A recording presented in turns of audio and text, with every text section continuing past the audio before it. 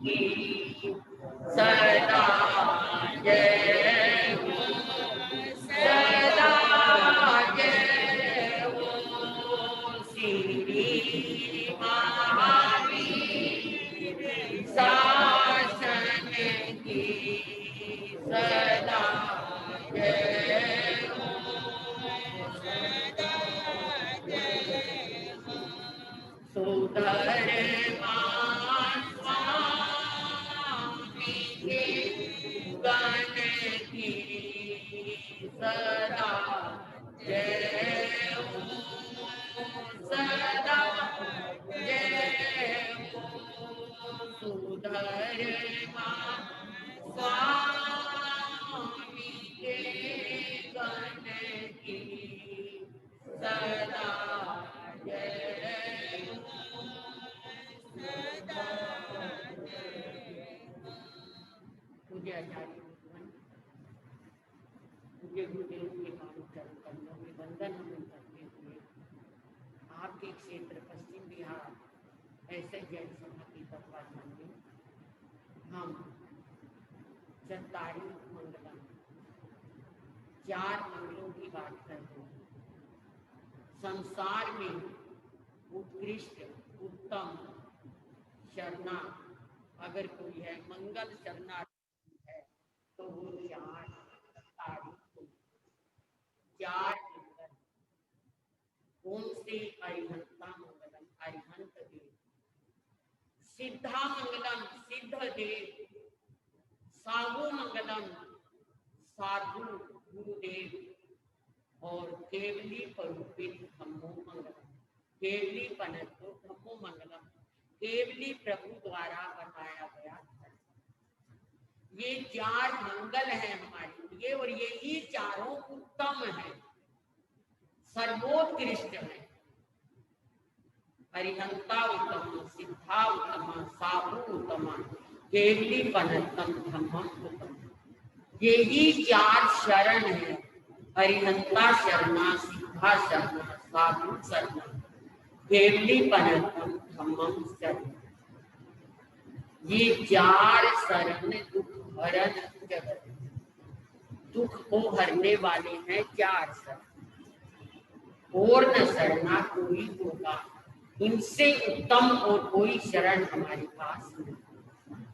जो भव प्राणी करे आचरण, भवे सरल सुबोध निर्मल पावन पवित्र हृदय वाला व्यक्ति भव्य प्राणी होता है। भव भव्य,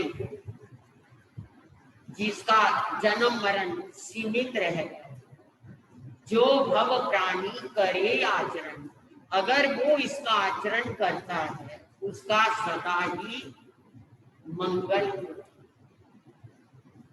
जो भव प्राणी करे आराधन, आराधन भी हो सकता है, आचरण भी हो सकता है, आदरणीय भी हो सकता है, तो वो सदा अजर अमर पद को प्राप्त करेगा। ये पूरा मंगल पाठ है हमारे से। क्या है? पूरा मंगल पाठ। लेकिन इस मंगल पाठ में हमें अरिहंत, सिद्ध, साधु और धर्म 4 की व्याख्या करनी है। और जो कई दिनों से मैं आपको देव, गुरु और धर्म की बात बता रही हूँ। कल मैंने सिद्ध के विषय में कुछ बातें की थी। सिद्ध कौन होते हैं, सिद्ध कब तक सिद्धालय में रहेंगे, और वो सिद्ध कैसे हो जाते हैं, सिद्ध का स्वरूप क्या है। वो अजर है, अमर है, अविनाशी, निरंजन है। ऐसे जो सिद्ध हैं, कल मैंने आपको बताया था, आप कहो कि चावल कभी उगेगा, कभी उगेगा, कभी उगेगा, तो कभी नहीं उगेगा, क्योंकि उसका छिलका उतर चुका है। वो धान से चावल के रूप में आ गया, और चावल के रूप में आने के बाद उसके उगने की शक्ति क्या हो गई है, समाप्त हो गई। जैसे चावल का छिलका उतर जाने पर उसके उगने की, पैदा होने की शक्ति खत्म हो जाती है। ऐसे ही आत्मा के ऊपर से राग द्वेष विकारों का छिलका उतर जाने के बाद आत्मा के जन्म और मरण की शक्ति भी समाप्त हो जाती। हमारे को 5 शरीर मिले हैं। कितने? 5 शरीर। पर सभी के पास 5 शरीरों ऐसा कोई जरूरी नहीं है। 3 शरीर तो होते ही होते हैं हर एक के पास 3 शरीर तो होते ही होते हैं। जैसे हम लोगों के पास उदारिक शरीर, ये हमारा हड्डी मांस और क्या है, नसों का शरीर। हड्डी मांस मज्जा खून का शरीर, इसे क्या कहते हैं? उदारिक शरीर।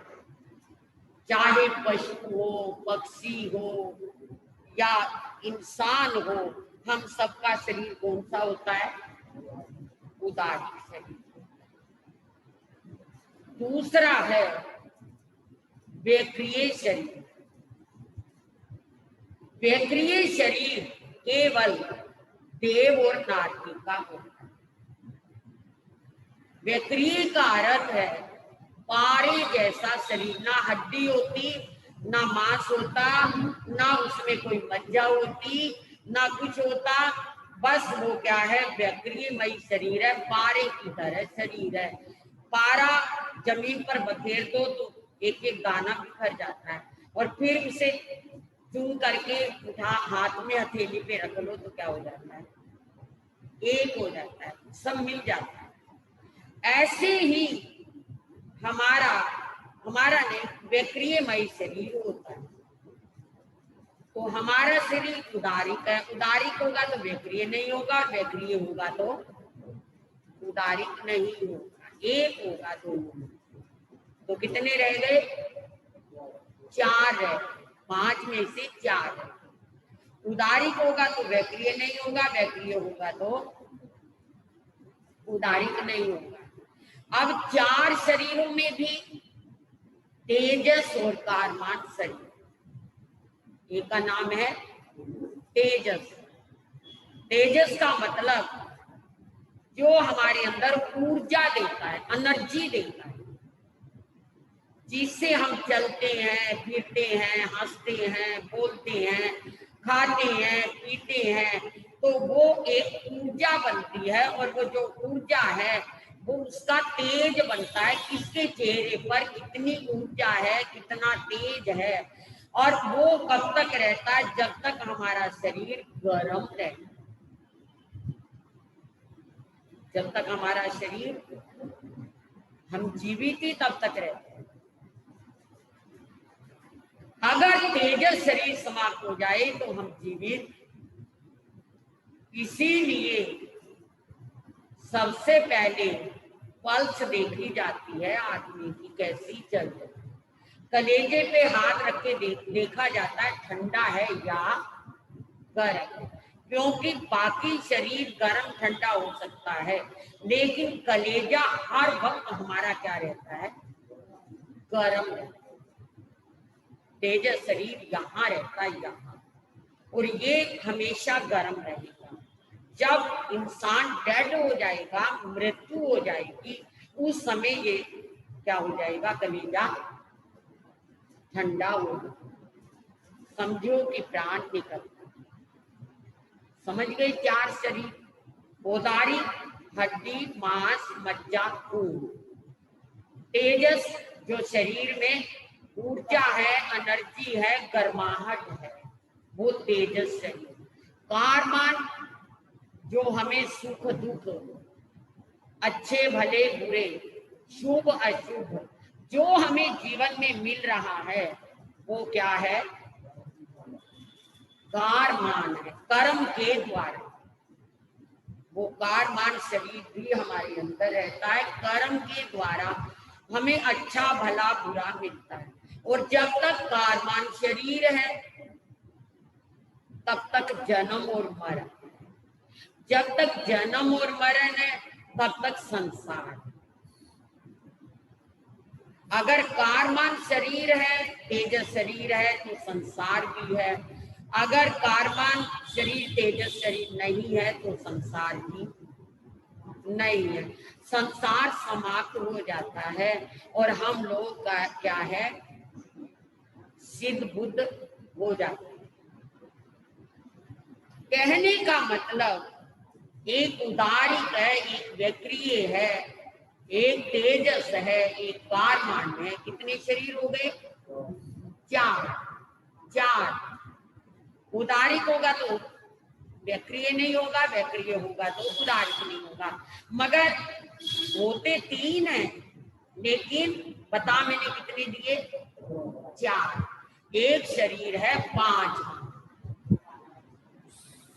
एक है 5। इसे हम कहते हैं आहारक शरीर। उसे हम क्या कहते हैं? आहारक शरीर। आहारक शरीर होता है, 2 तरह का होता है आहारक शरीर। एक आहारक लब्धि होती है और एक आहारक शरीर होती है।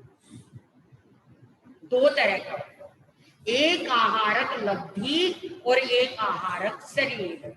अब शरीर कौन सा है और लब्धि कौन सी है? शरीर तो वो है जब ये आत्मा किसी भी योनि में आता है, किसी भी योनि में प्रवेश करता है, तो आते ही सबसे पहले वो क्या लेता है? आहार। माँ का, चाहे वो पशु वाली माँ हो चाहे इंसान वाली माँ हो, क्योंकि माँ से ही बालक ने जन्म लेना है। ये शक्ति केवल माँ में ही है, केवल माँ में। मगर संयोग रहता है, संयोग के बिना कुछ भी नहीं होता। संसार भी संयोग से बढ़ता है। राग द्वेष कसायों का संयोग जब आत्मा के साथ मिलता है तभी आत्मा क्रिया करती है। अगर राग द्वेष कसायों का संयोग आत्मा को ना मिले तो आत्मा निष्क्रिय है, कोई क्रिया नहीं करेगा। और जब आत्मा क्रिया नहीं करेगा तो वो स्थिर रहेगा। जब आत्मा से राग द्वेष विषय विकार की क्रिया समाप्त हो जाती है तभी आत्मा हल्का हो जाता है और मोक्ष में चला जाता है, निष्क्रिय हो जाता है। क्रियावान तब तक है जब तक कोई भी एनी बॉडी एंड कुछ भी हो, वो जब तक क्रियावान है तब तक संसार, चाहे वो कोई भी क्रिया क्यों हो। पिता का सहयोग मिला, माँ का सहयोग मिला, बच्चे का जन्म। मिट्टी का, पानी का, ऋतु का, खाद का, भूमि का संयोग मिला तो क्या क्या हुआ? बीज ने पौधे का रूप, वृक्ष का रूप लिया। अब यूं आप सोचो कि क्या कोई बीज उग जाएगा? बिना संयोग के बीज कभी भी, हालांकि हर बीज में अगर वो पक्का, अगर वो उबला हुआ नहीं है, अगर वो तपा हुआ नहीं है, अगर वो गला हुआ नहीं है, सब बातें पकड़ते जाना। वो तपा हुआ नहीं है, वो उबला हुआ नहीं है, वो गला हुआ नहीं है, और पूरी तरह अगर वो बीज ठीक है, सब तरह से ठीक है, तो वो भी नहीं उग सकता जब तक उसे मिट्टी, पानी, सूरज और आदि का संयोग नहीं मिले।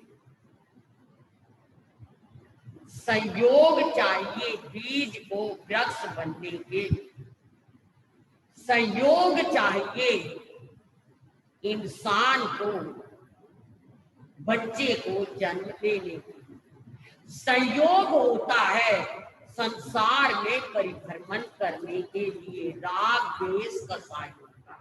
ये सारे संयोग है, ये सारे क्या है? संयोग है। और जितने जितने ये योग हैं, संयोग हैं, उतना उतना संसार है। और जितना जितना संसार है, हम बढ़ा लेते हैं संसार को या कम कर लेते हैं। तो दूसरी बात बाद में करूंगी, पहली यही बात आपको बताऊं। 5 शरीर, 5वां शरीर है आहारक, जो जीव आते ही आहार का संयोग लेता है। अगर आहार का संयोग ना मिले,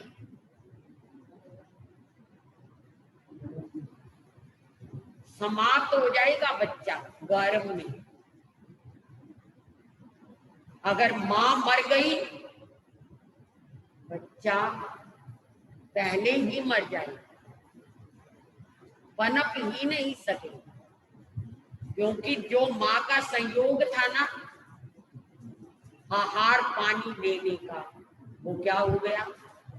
वो जी नहीं पाएगा बच्चा, जी नहीं पाएगा बच्चा।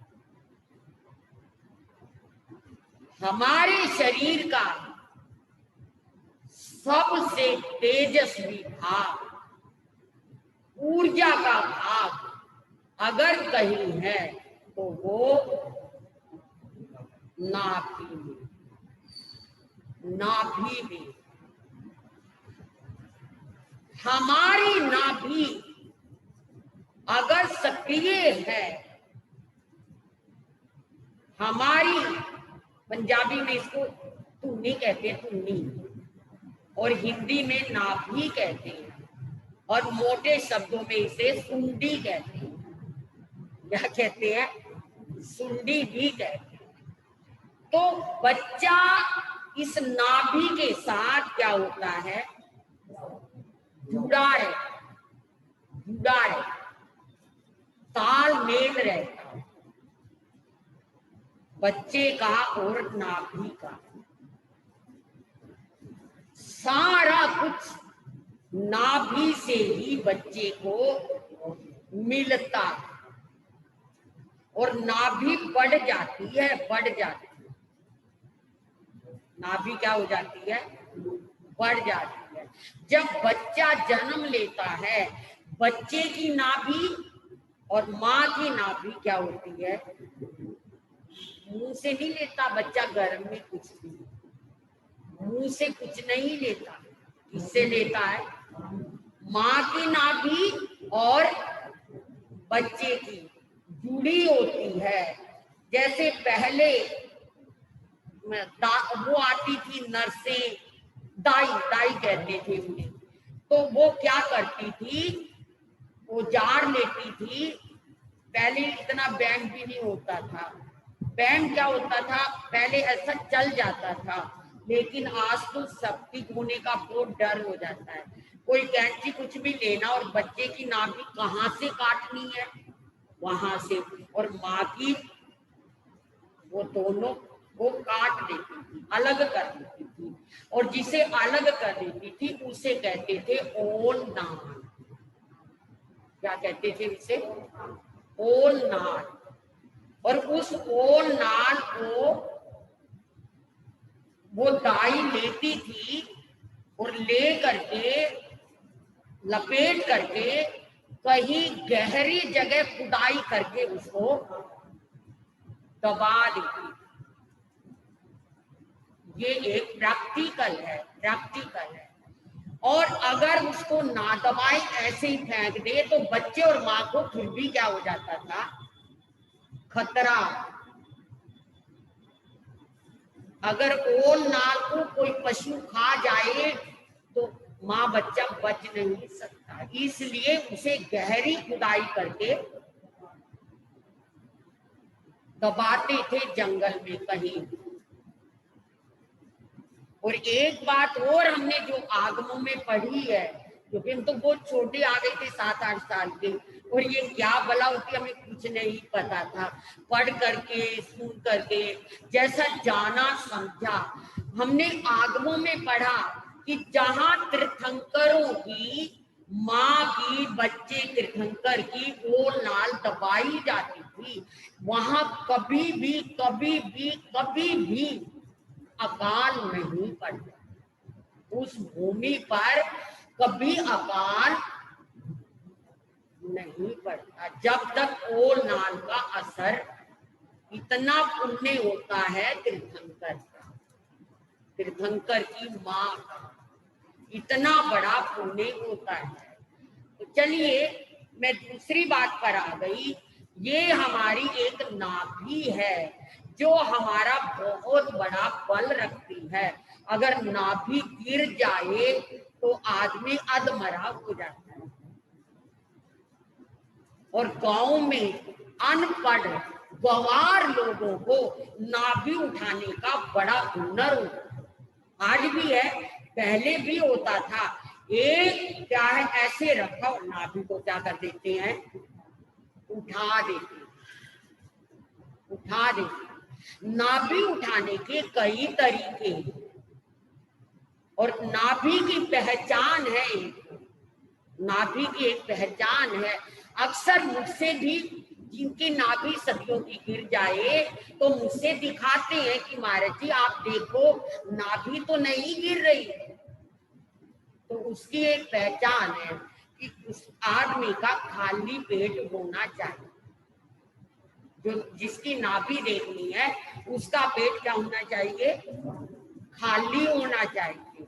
उसे लिटा देना चाहिए और लिटाने के बाद हाथ बराबर में होने चाहिए, ऊपर नहीं, हाथ बराबर में ऐसे करके सीधा लेट जाए। पांव भी सीधे हो, हाथ भी सीधे हो और आराम से सांस ले। पेट को कसे नहीं, अकड़ाए नहीं, बल्कि आराम से लेट करके क्या है, नाभि में ऐसे, नाखून भी ना चुभे उसको, ऐसे करके नाभि में देखे तो नाभि के अंदर से ऐसे ऐसे आवाज आएगी, धड़कन आएगी। धड़कन है वो, धड़कन नाभि के बिल्कुल बीच में होती है। अगर वो धड़कन नाभि के बीच में है, ऐसे ठीक चल रही है, तो समझ लेना कि नाभि बिल्कुल ठीक है। अगर वो धड़कन नाभि से नीचे आ गई, गई नाभि, ऊपर आ गई, गई नाभि, बराबर आ गई, गिर गई नाभि, इधर आ गई, गिर गई नाभि, तो वो धड़कन जो है वो बिल्कुल बीच में होनी चाहिए, जरा भी इधर उधर नहीं होनी चाहिए। अगर वो हो जाती है तो समझो नाभि गिर गई, या ऊपर आ गई तो उल्टी आएगी, और नीचे आ गई तो टॉयलेट, लैट्रिन, मीठा दर्द, अभी गए, दिल किया बैठे रहो टॉयलेट में, बस उठो ही ना। अगर काफी दिन हो जाए, नाभि पक जाए, तो खून और पस आनी शुरू हो जाए। हम लोग एक बार अस्पताल में, महाराज जी बीमार थे और हम उन्हें देखने के लिए गए। एक बहन बेचारी पड़ी थी और तकरीबन 15 दिन से उसका ट्रीटमेंट चल रहा था और कोई लाभ नहीं हो रहा था। हमारे मुंह से निकल गया कि बहन तेरी नाभि तो नहीं गिर रही, नाभि का इलाज डॉक्टरों के पास नहीं होगा, वो तो ग्लूकोज चढ़ाते रहेंगे, वो देखते रहेंगे, पानी तो कम नहीं हुआ और दवाइयां देते रहेंगे, पेट दर्द की दवाई देते रहेंगे, ये करते रहेंगे। अरे भाई तू नाभि दिखवा ले।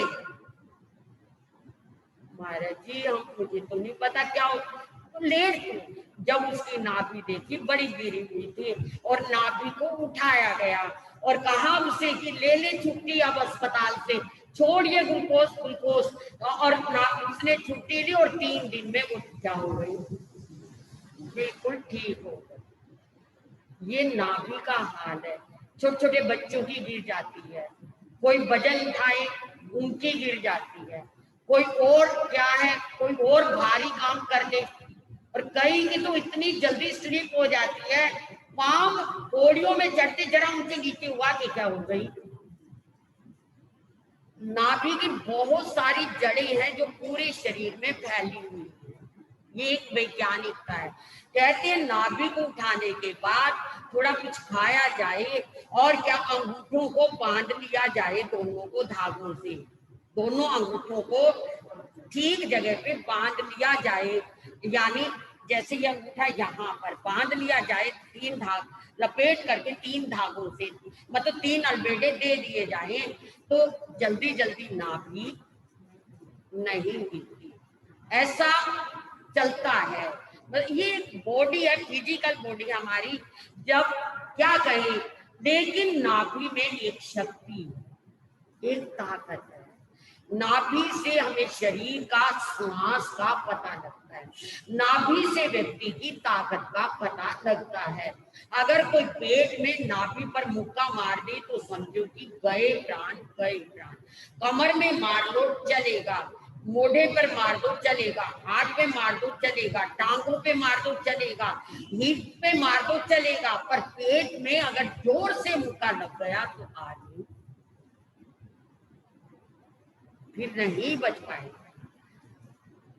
कहने का मतलब बात में कौन सी कर रही थी, 5 शरीर की, 5वां शरीर है आहारक शरीर। वो हमें जब माँ के गर्भ में पहले पल, पहली घड़ी, पहली सेकंड, पहला समय जब आता है और बच्चा सबसे पहले क्या लेता है, बच्चा क्या, बच्चा तो होता ही नहीं, वो तो एक कण रूप होता है, और जैसे जैसे उसे आहार मिलता जाता है तो उसका शरीर, क्या कुदरत की माया। अगर सोचने लग जाओ तो बड़ा कमाल लगता है, बड़ा मतलब सिर भिनभिनाने लग जाता है। क्या है कुदरत, क्या ये जीवन है, और क्या इसमें से फटक से सांस निकल जाए, सारी उम्र की मेहनत, खिलाया पिलाया, नहलाया धुलाया सजाया, सब बेकार हो जाए, सब एक तरफ है। तूने खूब रचा भगवान, खिलौना माटी का, तूने खूब रचा भगवान, खिलौना माटी का, इसे कोई ना सका पहचान, खिलौना माटी का, इसे कोई ना सका पहचान, खिलौना माटी। क्या गजब है, कौन सी चीज कहाँ लगनी है, कारीगर ने कमाल करके रख दिया और पता भी नहीं लगा। जितना मर्जी बाद में डॉक्टर ऑपरेशन करके उस चीज को वहां लगाना चाहे, पर वो बात बनती ही नहीं जो कि कुदरत ने बनाई। कहाँ से पानी पीना, कहाँ से सांस लेना, कहाँ जाके हजम होना, कहाँ जाकर के हमारी बड़ी ना आंत, छोटी आंत, कहाँ से खून बनना, कहाँ से क्या है मज्जा बननी, कहाँ से हड्डियां बननी, और कहाँ से पूरा गंद मंद क्या हो जाना। कमाल है ना। जितना मर्जी कैड़ा खा जाए, कई रंग का खा जाए, जैसा मर्जी चने खा लो, दाने खा लो, जो मर्जी खा लो, पर क्या है, चने चने नहीं रहेंगे, दाने दाने नहीं रहेंगे, रोटी रोटी नहीं रहेगी, सब्जी सब क्या है पता नहीं। कुदरत ने कितनी बड़ी मशीन अंदर फिट की हुई है कि सारा क्या हो जाता है, एक खून सब लाल ही बन जाता है, खाया पिया खून लाल बन जाता है, हड्डियां सफेद ही बन जाती है, नसें हरी ही बन जाती है ना। गजब, ताज्जुब हो जाता है कई बार कुदरत के ऊपर, नेचर के ऊपर।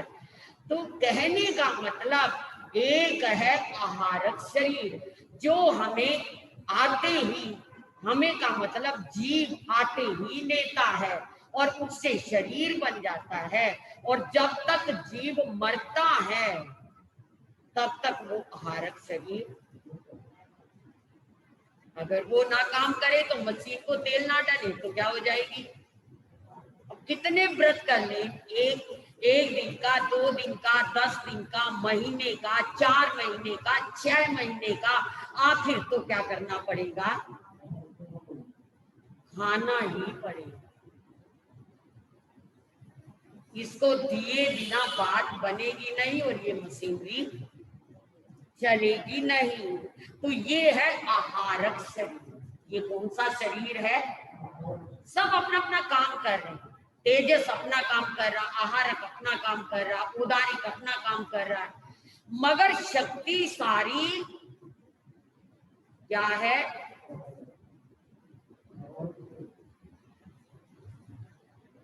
शक्ति सारी जीव की है, आत्मा की। जितना मर्जी आहारक शरीर बलवान बना दे, अगर आत्मा निकल गया तो बलवान यही की यही धरा रह जाए। पूरी शक्ति किसकी है, आत्मा की है। आत्मा नहीं तो कुछ भी नहीं, और आत्मा है तो हर का अपना सक्रिय रूप चल रहा है। बॉडी का हर अंग क्या कर रहा, अपना काम, हाथ, पैर, आंख, कान, नाक, कान, हर काम अपना कर रहे हैं बॉडी। और इवन की अगर कोई ना भी अंग हो, ना भी कोई ऑर्गन हो, अगर जीव हो तो फिर भी शरीर चलता रहे। टांग टूट गई है, एक्सीडेंट हो गया, आपने देखा होगा दोनों टांगे ही खत्म हो गई, विसाखी के सहारे क्या है, लोग चलते रहते। हाथ टूट गए,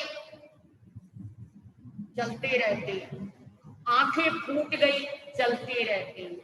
दांत निकल गए, चलते रहते हैं। घोड़े जवाब दे गए, चलते रहते हैं। अगर सब कुछ ठीक हो, ताकतवर हो, अगर जीव ना हो तो कुछ भी नहीं चलेगा, कुछ भी नहीं चलेगा। जीव के कारण ही ये सब कुछ माया है। अब एक है आहारक शरीर और एक है आहारक लब्धि। इस क्या अब तो इस आरे में तो वो लब्धि संभव नहीं, वो लब्धि नहीं है। चौथे आरे में जब किसी व्यक्ति का शरीर वज्र जैसा होता है, जिसे हम वज्र ऋषभ नाराज सहनन कहते हैं, वो शरीर जब होता है, मोक्ष में भी वही शरीर जाता है जिसका वज्र ऋषभ नाराज सहनन। और आज हमारे पंचम आरे में, यहाँ नहीं पर महाविद्य क्षेत्र में है, वहां आज भी है वज्र ऋषभ शरीर, आज वहां भी है।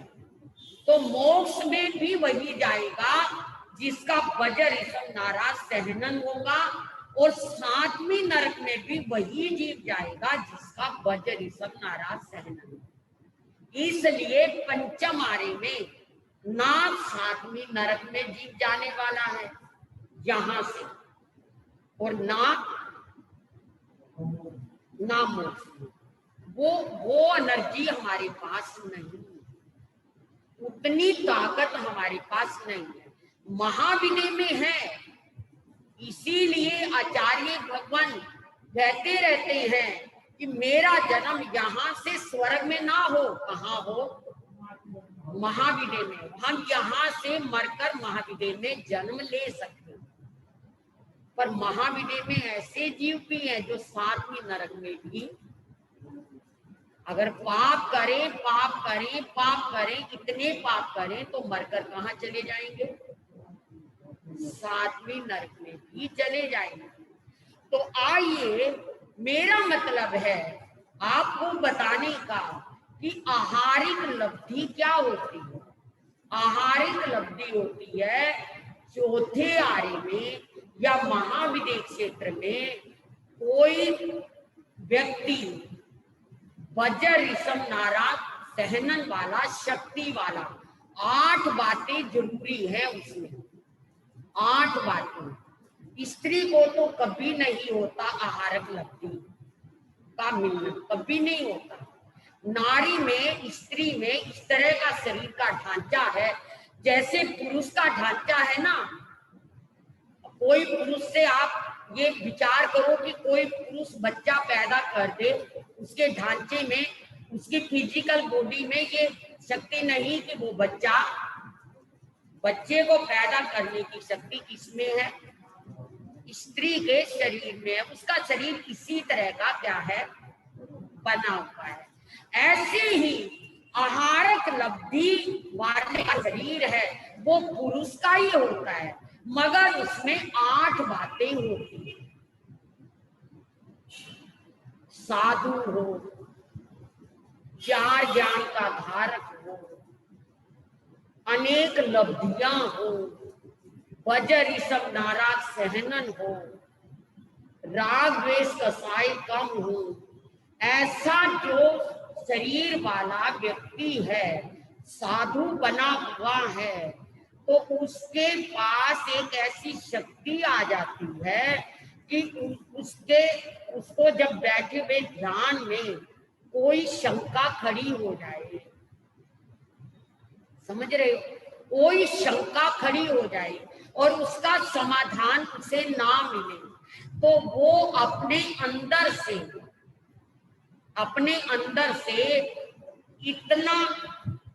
इतना सा एक पुतला निकाल देता। पुतला समझ गए? एक शरीर, अन्य शरीर, बस इतना एक हाथ का वो अपने अंदर से बन जाता है। उसके ही प्रदेशों का वो पुतला बन जाता है, उसकी साधना का वो उसके प्रदेशों का। तो वो क्या करेगा? उसको निकालेगा और निकाल करके वो उसे श्री मंदिर स्वामी भगवान के पास भेजेगा और अपनी शंका का वो समाधान उससे चाहेगा। वो पुतला जाकर महाविदेह क्षेत्र में भगवान श्रीमंदिर स्वामी को या कोई भी तीर्थंकर हो, उनको शंका रखेगा कि उस साधक के मन में ये शंका है, और वो शंका का 1 सेकंड में समाधान देगा और आकर के वो पुतला उसी के शरीर में क्या हो जाएगा? समा जाएगा और उसे क्या मिल जाएगा? समाधान। उस क्वेश्चन का आंसर, उस प्रश्न का समाधान मिल जाएगा। इसको क्या कहते हैं? आहारक लब्धि। आहारक लब्धि। और मान लो ऐसा भी आगमों में आया है, अब इसकी तो कला होती होगी, विद्या होती होगी, कैसे निकालना, कैसे, अब वो हमारे पास है ही नहीं, इस युग में है ही नहीं, तो हम कहाँ से इसको करें? ऐसी बहुत सारी विद्याएं थी पहले जो अब नहीं है, जो समाप्त हो चुकी हैं। मंत्र बल से, तंत्र बल से, यंत्र बल से क्या है करते थे लोग, पर अब उसको जानने वाले जैसे जैसे जैसे जैसे समाप्त होते चले जाते हैं तो वो विद्या नहीं रहती। मुझे याद है एक बार हम प्रसिद्ध वक्ता पंजाब के श्री श्री ज्ञान मुनि जी महाराज, जो कि आचार्य श्री जी के गुरु थे और आचार्य आत्माराम जी महाराज के शिष्य थे, छोटे, मतलब सबसे छोटे तो मनोहर मुनि, उनसे बड़े थे वो। तो क्या हुआ कि एक दिन इन्हीं ऐसी बातों पे चर्चा चल पड़ी। आचार्य आत्माराम जी महाराज तो बहुत ज्ञानी ध्यानी थे, तो कहते कि एक बार मेरे सिर में, उन्होंने बताया कि मेरे सिर में बहुत भयंकर दर्द उठा और रात के 12-2 बजे। तो कहते कि मैं इतना तड़प उठा उस तरह से और मुझे लगा मेरे प्राण गए कि गए। मैं उठा और आचार्य के पास चला गया कि गुरुदेव मेरे सिर में बहुत भयंकर दर्द है और मुझे नहीं लगता मैं जी पाऊंगा। अब पहले तो कोई अस्पताल या इस तरह की कोई बात नहीं होती थी, अब कहते हैं कि जैसे ही उन्होंने कहा तो आचार्य जी ने उनके सिर पर ऐसे हाथ रखा और कुछ पढ़ा मंत्र बल या जो भी किया, और कहते कि 5 मिनट में मेरा दर्द क्या हो गया, काफी हो गया। कहते एक दिन मैंने कहा मालिक, वो ऐसे ही बोलते थे, आचार्य भगवान को कहा मालिक, मालिक मालिक कहते थे, मालिक स्वामी मतलब मालिक जैसे हम कहते, वो मालिक बोलते थे गुरु जी को, गुरु जी नहीं मालिक, आपके पास इतनी शक्तियां हैं, एक आध मुझे भी दे दो, मैं चेला हूं आपका, एक आध मुझे भी दे दो। उन्होंने हमें जो बताया, कहते उन्होंने कहा मैं दे तो दूंगा पर तू टोलरेट नहीं कर पाएगा, तू सहन नहीं कर पाएगा, मैं तो दे दूंगा पर तू सहन नहीं कर पाएगा। कहते मैंने कहा मालिक देव तो सही, देव तो सही ना, दोगे तभी तो ना, ऐसे कैसे हो सकता मैं सहन ना करूं। कहते मैं मुझे मालूम है तू सहन नहीं कर पाएगा, नहीं कहते दे दो गुरुजी, आज तो मालिक आपको देनी पड़ेगी। कहते मैं कई दिन जिद करता रहा, कोई भी कार्य जरूरी नहीं कि एक बार करने से हो जाए, हमें कई बार सैकड़ों बार करना पड़ता तब जाके वो फलीभूत होता है।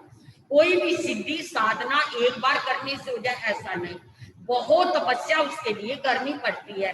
तो एक दिन कहते मैं पांव पकड़कर बैठ गया, कहते उन्होंने मुझे पाठ दे दिया, जा उस कमरे में चला जा और ये पाठ पूरा कर लेना, और पूरा करने के बाद जिसको तूने बुलाना बुला ले। कहते कि मैं बैठ गया, मैंने पाठ कर लिया, रात का समय था और 12-1 बजे थे, तो मैंने आवाज लगाई कि आओ, और जैसे मैंने आवाज लगाई, जैसे वो कहते हैं ना, वो होता है, वो हम कई बार चिराग, इसका जादू का चिराग, क्या चिराग बोलते हैं उसे, ऐसे ही कहते 1 2 3 4 ऐसे, मतलब कि दूसरी शक्तियां आनी शुरू हो गई। कहते मेरा तो पसीना पसीना निकल गया और ऐसे कांपने लगा जैसे ही, और वो कह रही हैं कि काम बताओ, काम हमें क्यों बुलाया, आप बताओ हमें क्यों बुलाया। मेरा तो सांस निकले तो कुछ बताऊं, मेरा तो ऐसा हो गया काटे तो खून नहीं रहा, और ना तो मैं छोड़ने लायक रहा ना, और वो आपका बताओ, आपका बताओ, आपका बताओ। कहते ऐसे लाइन लगा दी उन्होंने कि काम काम, और मैं तो बोल ही ना सकूं। कहते कि मैं इतना घबरा गया, इतना घबरा गया, पसीने पसीने, मेरा पूरी जमीन पसीने से भर गई, मुझे कुछ भी ना सूझा, और जाकर आचार्य जी के चरणों में गिर पड़ा, गुरुदेव अपनी माया आप संभालो, मैं नहीं सहन। कहते मैंने पहले कहा था तुम सहन नहीं कर सकते। तो उस समय उनकी महाराज की आयु 70 के करीब थी जब ये बात हमने की थी, मंडी गोविंदगढ़ की बात है। तो वो कहते आज भी मुझ में वो विद्या तो है कि मैं उनको बुला दूं, पर उनको भेजने की या उन शक्तियों को दूर करने की विद्या मैंने दोबारा गुरु जी से नहीं ली, क्योंकि मैं उनके ओज को सहन नहीं कर पाया। समय आपका हो रहा है, बाकी बातें ये बहुत शक्तियों की बातें हैं, और हमारे शरीर में ये ऊर्जा है कि हम उदारिक शरीर में, केवल उदारिक शरीर में और केवल मनुष्य के शरीर में हम हर शक्तियों का मुकाबला करना चाहे तो कर सकते, लेकिन जो अरिहंत सिद्ध धर्म गुरु, उन्होंने उन शक्तियों को ऐसे नहीं बुलाया, शक्तियां तो स्वयं उनके पास आती। एक तो बुलाना और एक बहुत फर्क है ना, बहुत अंतर है। अगर हम किसी को जबरदस्ती बुलाते हैं तो वो मन से नहीं आएगा, वो काम मन से नहीं करेगा, और एक जबरदस्ती आएगा, बहुत अंतर है ना दोनों में। तो कहते हैं कि हमारे आगू कहते हैं कि किसी भी मंत्र तंत्र यंत्र का बल क्या है, ऐसे मत करो, जबरदस्ती मत करो। हाँ, वो अपनी साधना, अपना जाप, अपना बल इतना मजबूत कर लो कि वो स्वयं आपके पुण्य से बंधा हुआ, आपके भाग्य से बंधा हुआ चला आए। तो ये शक्तियां हैं। है और बातें बाद में करेंगे, समय अपनी जगह पर आ गया है, ज्यादा ही हो गया। ये बातें कुछ ऐसी है छूटने में भी नहीं आती, और करे तो कितना बताते चले जाएं, और अब कितने बातें दिमाग में घूम पड़ी। अब फिर करेंगे, याद रही तो कल फिर कर लेंगे। अभी तो शरीर की बात चल ही रही है, और शरीर के साथ में सिद्धों की बात भी होगी, अरिहंतों की भी होगी। ये मंगल कैसे है, ये उत्तम कैसे है, इनका शरणा कैसे है। कोई क्या है, वृक्ष किसी को छाया थोड़ा ही देता है। वृक्ष की तो छाया होती होती है, जो उसकी छाया में चला गया उसे ठंडक मिली जाएगी ना, वो देने नहीं आता। ऐसे ही महापुरुषों के शरण होते हैं, वो शरणा देता नहीं है। जब उनकी शरण में हम चले जाते हैं तो हमें शरणा मिल ही जाता है, मिल ही जाता है। देने वाला नहीं देता, पर लेने वाला ले लेता है, ले लेता है। बोलिए भगवान महावीर। श्री चतारी मंगलम, अरिहंता मंगलम, सिद्धा मंगलम, साहु मंगलम, केवली पढ़ंतु धम्मो मंगलम। चतारी लुगुत्मा, अरिहंता लुगुत्मा, सिद्धा लुगुत्मा, साहु लुगुत्मा, केवली पढ़ंतु धम्मो लुगुत्मो। चतारी शरणं प्रपद्यामि, अरिहन्ते शरणं प्रपद्यामि, सिद्धे शरणं प्रपद्यामि, साहु शरणं प्रपद्यामि, केवलीपदं धामं प्रपद्यामि। चार शरण दुख हरण जगत में, और न शरणा कोई होगा।